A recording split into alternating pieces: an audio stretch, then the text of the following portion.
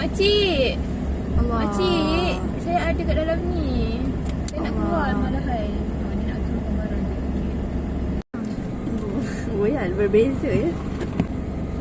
Pahit kan?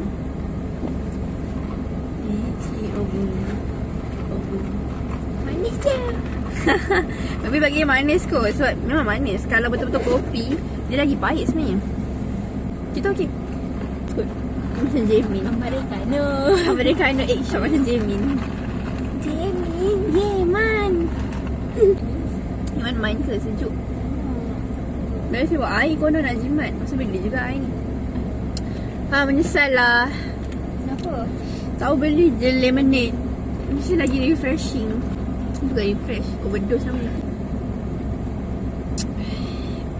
Sama nak kampung. Balik lah. Tidur pun. I give you like a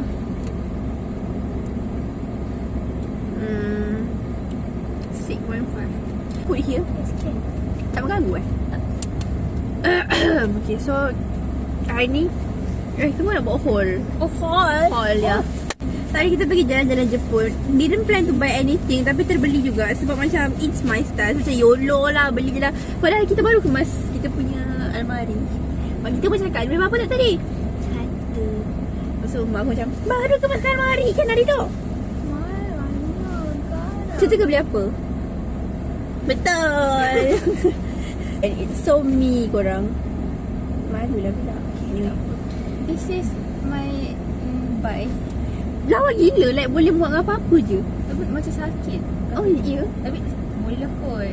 Kita rasa kalau ada saiz kita beli. But hitam is not my really favourite colour. Tapi pakai je lah kan. Itu pun cantik. Okay, anyway, This is ni lah dia. RM15. Boleh lah. This is only RM5.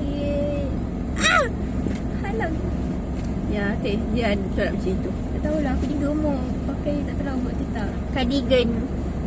She buy cardigan. We forever. Kat je lah. First time. Forever. Ikat kat pinggang. Boleh ni pakai di kelas. Budak-budak bandar kan. Kalau aku belajar dekat Melaka pun aku pakai baju macam gini. Masuk macam bengkel. So dia boleh pakai lab coat.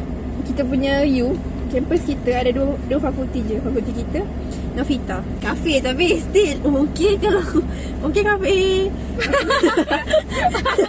Literally like maybe dia Bumi Putra yang Kristian tapi literally pakai kerang besar gila, terkejut aku macam kata shock. Gotik tak?